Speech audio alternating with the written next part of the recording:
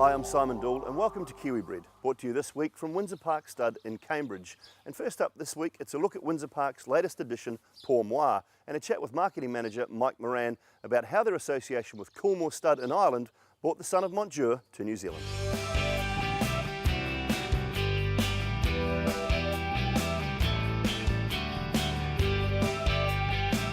We've been fortunate enough, as I say, over a number of years to have shuttled some of the best horses to come to New Zealand, and this fella sort of fitted into that criteria for us. They contacted us very early on after he was injured to say that they thought he should stand in New Zealand, and we did a lot of research in it. Rod went over, and we were really pleased once we saw the horse, and more than happy to stand him on his race record and pedigree. Another stallion by Montjour for you guys? Yes, well, we were lucky enough to have stood Montjour here for 4 years, and you know, phenomenal success globally. Sadly, he died in March this year, but what he's done has been amazing. Sire of 102 stakes winners. The 4 seasons he was here, he sired 2 AJC Derby winners, and he sired in 8 seasons up there 4 English Derby winners and 4 Irish Derby winners. So 50% of his crops have won the major derbies, so it's a huge achievement. He's a phenomenal stallion, and of course he's by the great Saddler's Wells. And the important aspects of his pedigree that'll go well in New Zealand? Well, it's true you mentioned that, because he's out of a Darshan mare. Obviously Montjour's by Saddler's Wells, and this fella's out of a Darshan mare, as High Chaparral was. He made a great impact down here when he stood at Windsor Park. Horses like So You Think, Shootout, Monaco Consul, Desperado, and you know, that Saddler's Darshan's crossed well. He's out of a very good Darshan mare, this fellow. His mother's only had 4 of the races, 3 stakes winners. Ganyoa, who's a multiple group winner and placed in the French Oaks and Irish Oaks, and of course Kist, who was a brilliant 9-length winner of the Sassaville Stakes this year after being unbeaten as a 2-year-old. So a phenomenal producer in Gwyn, and yeah, it's just it's blood, and his pedigree does seem to work in New Zealand with our mare pool. Watching that Group 1 English Derby performance, you'd like to see some of that turn of foot come through to his progeny? Yes, it was an incredible win to come from back there, and you know, the race before the Prix Graffoul, which is a fantastic race over many years. Montjour won it and Darshan won it, and Pour Moi winning that race became the first winner of the 2 since Seabird, who was until Frankel the highest horse ever rated by Timeform. But yeah, great turn of foot to do that. It's a very tricky track. As a matter of fact, the Coolmore guys told us, Andre Fabre told them before the race, if this was any other track than Epsom, he'd be a certainty. He said he'll come from last and win. He still did, but it's such a tricky track, you can never be too confident. He served a large book of mares in the Northern Hemisphere. How did he transition from racehorse to stallion?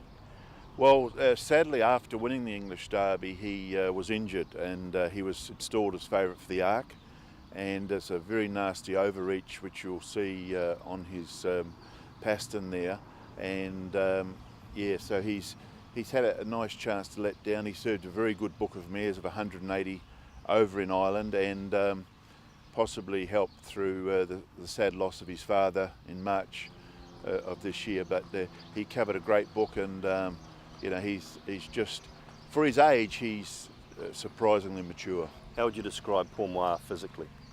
He is a beautiful horse, a very physical horse, very well balanced, very masculine, and really looking forward to seeing him develop, because he's a very young horse, but you know, we're really thrilled with how he looks. Yeah, he's a cracker. How's he settled in here at Windsor Park? The 4 of them arrived, and they've all settled in safely. They all came from Coolmore Island, Rip Van Winkle Mastercrafts, and the way you are and him, and no, they're enjoying New Zealand, that's for sure. Have you had any early interest from breeders in Pour Moi? Oh yes, he's going to cover a great book of mares, probably about 120 to 130 mares, and you know, we'll obviously support him very well, and yeah, he's been very, very popular. It's $18,000 service fee. It's in that middle to high range, I guess, as far as New Zealand are concerned at this time. How did you come about that? We really pushed to get him under that 20,000, and once they agreed, it took a bit of doing, but we're really happy with the fee, and certainly breeders have appreciated it as well, because he's very well priced for an English Derby winner.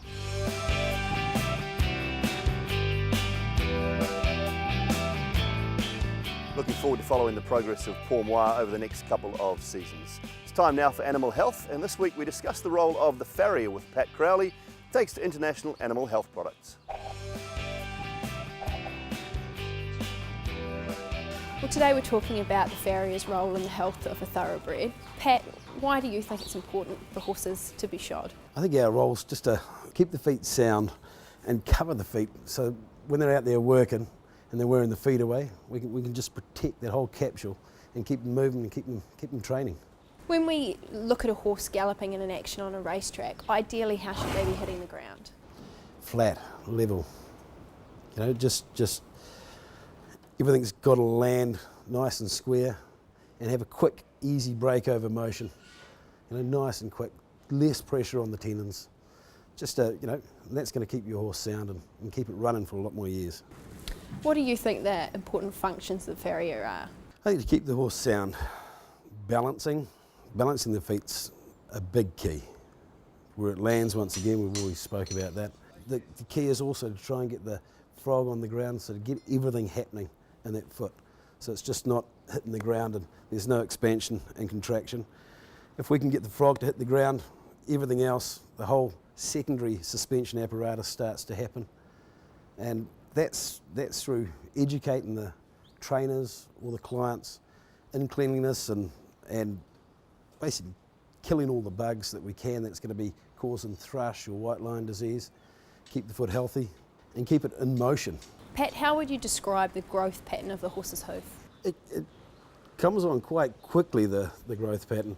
So once we finish shoeing the horse is probably got about a week period, and then it just starts to come on, and the balance and the levels will start to change. This is why we've got to be back maintaining these horses all the time, just, you know, keeping them sound, keeping them landing where they're supposed to be landing, keeping the efficiency of the foot hitting the ground and lifting off again. The breakover is very important, but if the toe gets too long, the pressure's on the deep digital flexor tendon, the stresses, I mean, they can just break down willy-nilly. What are the most common problems that you're seeing in horses with their feet?